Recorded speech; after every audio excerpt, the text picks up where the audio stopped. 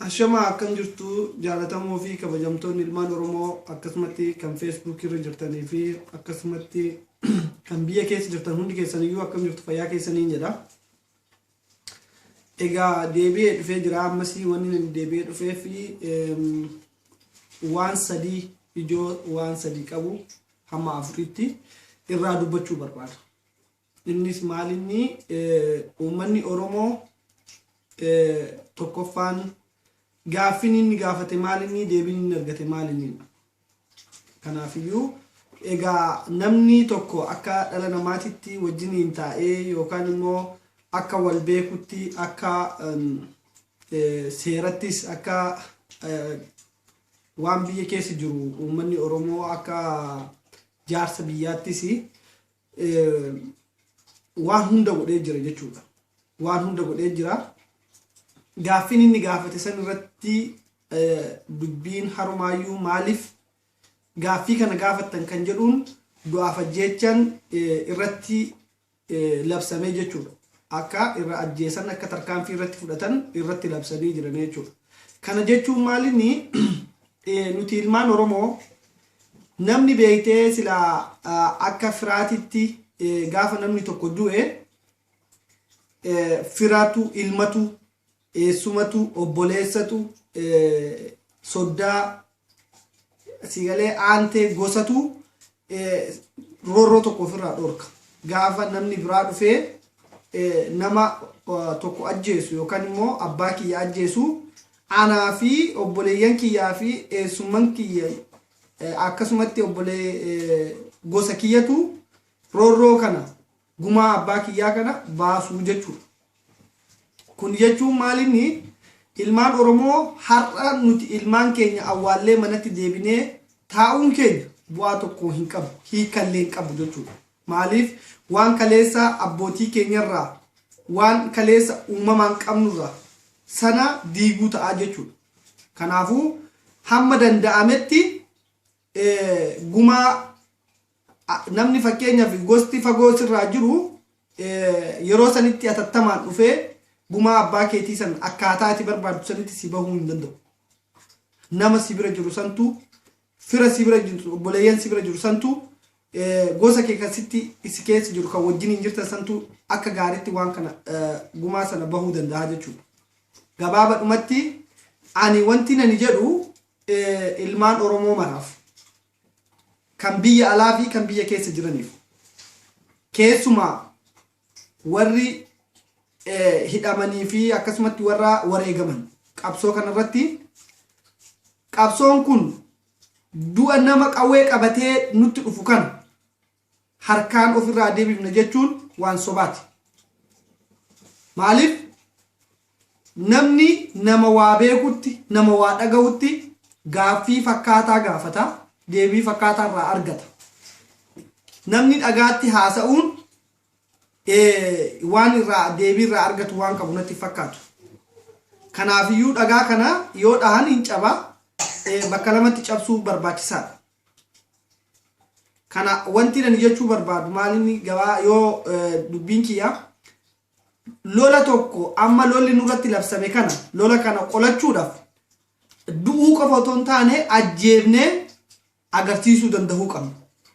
Namni tokko si ajjeesa mana keetti ka dhufee si ajjeesu ka qe'ee keetti ijoollee keessi jalatti ajjeesuu danda'uu qabda.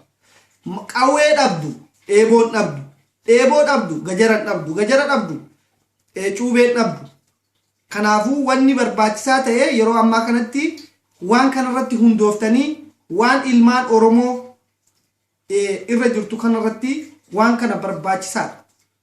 Kanaafuu lola labsuudhaafan har'aas bahe jechuudha. Maaliif ani waan natti dhagahamerraa hin haasa'a akka nama tokkootitti akka waan argaa jirutti haadha fi ilmoo har'a isaan dhahanii ajjeesaa jirantu natti dhagahame jechuudha. Kanaafiyyuu roorroon kanaa olii hin jiru. Araasii ijoollee dugdatti baattee haati yeroo akkasitti dhahan baay'ee na gaddisiisa. Kanarratti gaaffiin takkallee hin jiru jechuudha. Lammata amma mootummaa wayyaanee yookaan OPDO'n maal jechaa jiranii maaster pilaanii dhaabnee jedhan. BBC illee haasa'anii jiranii reediyoo isaaniitiin illee afuufaa jiran. Maaster pilaaniin dhaabbate. Maaster pilaaniin dhaabbachuu kan danda'u lubbuu namoota sanii san yoo itti deebisanii horani. Maaster pilaaniin dhaabbate gaafa jennu namoota gaaffii kana gaafatanii rasaasa rukutan san mana murtiitti gumaa otoo hin taane lubbuu isaanii yoo deebisan. Yoo kanaan achitti gaaffiin maaster pilaanii hin dhaabbatu. Kana yoo gochuu danda'an irraan kan hafe yoo kanammoo waan godhannatti fakkaatu lubbuu namatti deebisuu waan hin danda'amne. Gaafa ilmaan Oromoo karaa nagaatiin karaa naamusaatiin otoo dhagaa tokko hin darbatiin sagaleen keenya haa dhagahamu. Gaaffiin keenya gaaffii uummata Oromooti. Nuti hegeree biyya kanaati jedhanii iskiriiptoo fi daftara baatanii gaafa gaafatan gaafa rasaasni itti robe sana gurri kaleessa dhagahuu didee har'a dhagahe kun hin raan fudhannu jechuudha. Hin amannu jechuudha. Kanaafiyyuu waan kanarratti hundaa'uun waan kana hubachuun barbaachisaadha. Kanaaf maaster pilaanii dhaabuun ilmaan Oromoo sobuuf ilmaan Oromoo qabbaneessuuf yoo ta'e malee maaster pilaanii waan dhaabbatu miti. Maaster pilaaniin otoo kan dhaabbatu ta'e ONM akka xiyyeewwan qilleensa irraa buusan doolaara miliyoona 100 kafalan ilmaan Oromoo beelahee ture beelahaa biyya san keessa jiru irratti kana yeroo darbelee dubbadheetiin jira. Kanaafiyyuu wanni amma deemaa jiru kun sossobbaa ilmaan Oromoo akka waan kanarratti waan amma gaaffiin yookaan keessa isaanii waan burkutaa'ee jiruuf keessa isaanii kana uummanni kun kana daran guyyaa guyyaadhaan qabsoon kun waan jabaachaa deemuuf resiist gochuu yookaan jala dhaabbachuu waan hin dandeenyeef jechuudha. Kana ilmaan Oromoo karaa amma itti fayyadame qabsoo amma gochaa jiru kanarratti qabsoo kanarraan kan ka'e waan kana hojjetee injifannoo kana galmeessiisee jira jechuudha. Kanaafiyyuu waan kanarratti gadi fageenyaan ilmaan Oromoo waan kana hubachuu ani wanti ani barbaadu wanti ani akka nama tokkotti natti dhagahamu ilmaan Oromoo kan biyya keessa jiran kan baadiyyaa keessa jiran sagalee kiyya kana otoo naa dhagahanii baay'een gammada. Lammaffaa sadaffaa wanni ilmaan Oromoo jibbamnuuf ilmaan Oromoo nuti waan sadi gurguddoo qabna. Waan sadi gurguddoo qabna. Kan namni achi keessatti hin qaban. Suni maalinni baay'ina uummata Oromoo. Lammanni maalinni teessuma lafa Oromoo. Lafti Oromoo kun teessumni isaa namni abbaan fedhe nuti handhuura biyya sanii Oromiyaan handhuura lafa naannawa ollaa ishii jirtu waan taateef nu keessa deemuu hin danda'an. Nu qaxxaamuruu danda'u malee kara biraa bahuu hin danda'an. Kanaaf jecha teessumni lafa keenyaa mijaawaadhaa fi mishooma albuuda waan qabuuf jechuudha. Sadaffaan qabeenyi uummanni Oromoo qabu gabaabadhumatti yoo danda'amee fi waan xixiqqaa 3 yookaan 4 achirra sinii kaayee sinii agarsiisa. Kan ani beeku jechuudha. Kan namni na caala beekan immoo sandaran ibsuu danda'an. Gabaabatti boba'aa abiddaa warqii yookaan warqee buna akkasumatti kuduraa fi muduraa jechuudha. Kun qabeenya nuti ofirratti hin beekne kan nuti ofii keenya hin qabnaa fi hin qabnuu hin beekne kan namni nurratti argee kan nurratti cichanii nu ajjeesanii sababiin ilmaan Oromoo ijoollee waggaa 8 ijoollee waggaa 2 waggaa 3 irraa hamma nama waggaa 80titti beekan Oromoof qote bulaan Oromoof daldalan Oromoo akka laamshaw wanni godhameef kanaaf jechuudha. Kanaafuu ilmaan Oromoo kanaaf jibbaman. Waan kana sadeen nuti ofirratti hin beekne. Nuti qabeenya keenya jennee lakkaawachaa hin jiru. Isaantu bakka bu'ee afaan ta'ee nu dubbata. Isaantu beekaa ta'ee waan nuti barbaannu isaantu nu dhiyeessa. Kana hundumaa gaafa ofirratti beeknee dhaloonni amma jiru kun qabeenyi kun kiyya jedhee waan beekee jiruuf gaaffii kana kaase jechuudha. Gaaffiin kun gaaffii salphaa isinitti fakkaatina. Biyyi tokko addunyaa kanarratti waan kana sadan irratti waan biyyi kana sadan hin qabne jiraachuu hin dandeessu ofillee jiraachisuu hin dandeessu jechuudha. Maaliif qabeenya hin qabdu teessuma lafaa hin qabdu baay'ina uummataa hin qabdu yoo ta'e kun rakkina guddoo jechuudha. Uummanni Oromoo sadarkaa Afrikaa irratti illee sadarkaa sadaffaarra jira baay'ina uummataatiin. yoon dogoggoruu baadheef uummanni tokkoffaan Iswaahilii lammaffaan Iswaahilii biyya jahatu dubbata Afrikaa keessatti akkasumatti lammaffaan Hausaadha sadaffaan uummata Oromooti jechuudha. Kanaafiyyuu kun waan amma sadarkaa Itoophiyaa keessa jiru otoo hin taane sadarkaa Afrikaa irratti ilmaan Oromoo afaan keenya bakka kana jiru jechuudha. Garuu afaan keenya bara meeqa awwaalamee ture. Maaliif afaan kun awwaalame? Uummanni Oromoo har'a bara eega wayyaanee qabattee qofa afaan kun jiraate isa durallee afaan Oromoo jira jechuudha. Namni Afrikaa keessatti sadarkaa sadaffaa qabu hammam ture jechuudha. Kun hundumtiyyuu waan isaan qabeenyi keenya kun nama baay'ee hinaafsisa. Ollaa baay'ee nutti naqa. Diinni baay'ee nu jibbuu danda'a. Garuu nuti immoo kanarratti cimoo ta'uu danda'uu qabna. Wal jala hiriiruu danda'uu qabna. Qabsoo kana galmaan gahuuf gara fuulduraatti deemuu danda'uu qabna. Ammas dabalee dubbadhu uummanni Oromoo lolli amma deemaa jiru kana qajeelfama namarraa eeguu hin qabu. Qajeelfama anarraa yookaan obboleessa kiyyarraa eeguu hin qabu. Ilmoo kee kasi jalatti nama ajjeesaa jiru ajjeesuu danda'i. Wanni ati ittiin ajjeestu dubbadhoo ta'e gajara eeboodha. Cuubeedha. Mancaa. Kun hundinuu qabeenya Oromoo namni Oromoo ta'ee namni manaa waan kana hin qabne hin jiru. Kan qawwee hin qabne jechuudha. Yoo qawween dhabame jechuudha. Kan qawwee qabu qawwee isaatiin kan akkasumatti waan kana qabu waan kana wal bira dhaabbatanii roorroo amma deemaa jiru kana ofirraa deebisuudha jechuudha. Kanaafiyyuu dhimmi maaster pilaaniin dhaabbateen fooqiin achirratti ijaarame sun abbaa lafaa saniif yoo kenname fooqiin achirratti lafa Oromoo irraa buqqisanii ilmaan Oromoo bakka hedduu irraa buqqisanii namaaf kennan san qabeenya sanii wajjin yoo abbaa isaatiif deebisanii kennan qabeenya sanii wajjiniin gaaf abbaa isaatiif kennan maaster pilaaniin dhaabbate inni gaaf san dubbachuu dandeenya. Hanga sanitti garuu waan isaan afaan hin jedhan hojiidha nama harginutti wanni dhaabbate hin jiru jechuudha. Kanaafuu diraamaa uummanni wayyaanee irratti hojjechaa jiran akkasumatti naannoo Soomaaliyaa keessatti argaa jirtan bara baraan uummanni Oromoo nama nyaataa ammallee amma lafarraa jalqabanii eegalanii jiran jechuudha. Diraamaa gurguddoo kan uummata Oromoo ittiin joonjessan akka uummanni Oromoo qaana'u akka uummanni Oromoo hin dubbanne kana gochuu irratti birrii guddaa dhangalaasan. Kanallee waan arguuf deemtan waan dhaga'uuf jirtanii jechuudha. Kana hundumayyuu Oromoon hundinuu waan kanarratti gadi fageenyan eenyutu waan kana hojjechaa tura.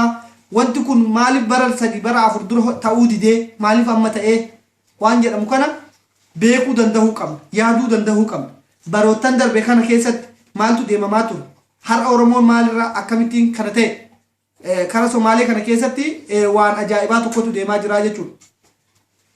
Kanaafiyyuu wanti amma deemamaa jiru kun waan diinaa, waan sobduu waan ta'eef waan kanarratti Oromoon akka gaaritti gadi fageenyan hubachuu xiinxaluu danda'uu qabna. Namni kana booda hurrii nutti maruu hin qabu, nu goyyomsuu hin qabu. Wanni isaan nu goyyomsan takka illee hin jiru. Keessumattuu mucaan namichi gaafa interview godhan ani Oromoo Itoophiyaati jedha. Takka Oromoon ani Oromoo Itoophiyaati hin jedhu. Ani Oromoodha jedheetiin baay'ee reeban. Baay'ee reebicha hamma kana hin jedhamne narra ga'e jechuudha. Maaliif ani hin beeku waan ani hin beekneef ati maal yoo isaan naan jedhan ani Oromoodhaan jedha. Oromoodha gaafan jedhu na kabala natuman. Kanaafiyyuu namni guddaan har'a bara 25 afaan Oromoo baratee ilmaansaa guddatee wannoo ka jedhan ani Oromoo Itoophiyaati kan jedhu kuni waan kana waan irraa fudhannu hin qabnu jechuudha. Kanaafiyyuu nuti akka uummata Oromootitti waan hunda beekuu qabna, waan hunda hubachuu qabna. Sanuu namni biyya baqaa keessa jiru, namni gabrummaa baqatee biyya ormaa jiru, ani Itoophiyaadha jedhee namni of waamu takka illee hin jiru. Hamma biyya keessa jiru ani hin beeku. Garuummoo amma biyya alaa kana keessa jiru harka dhibbarra harki 99 ani Itoophiyaadha jedhee ilmi Oromoo tokko waan of waamu takka illee argees hin beeku, dhagayees hin beeku. Bara dheeraan qabaa jechuudha. Muuxannoon bara dheeraa biyya alaa kana keessatti arge keessaa almost biyya alaa kanatti umurii kiyya walakkaan biyya alaa kana jechuu hin danda'ama jechuudha.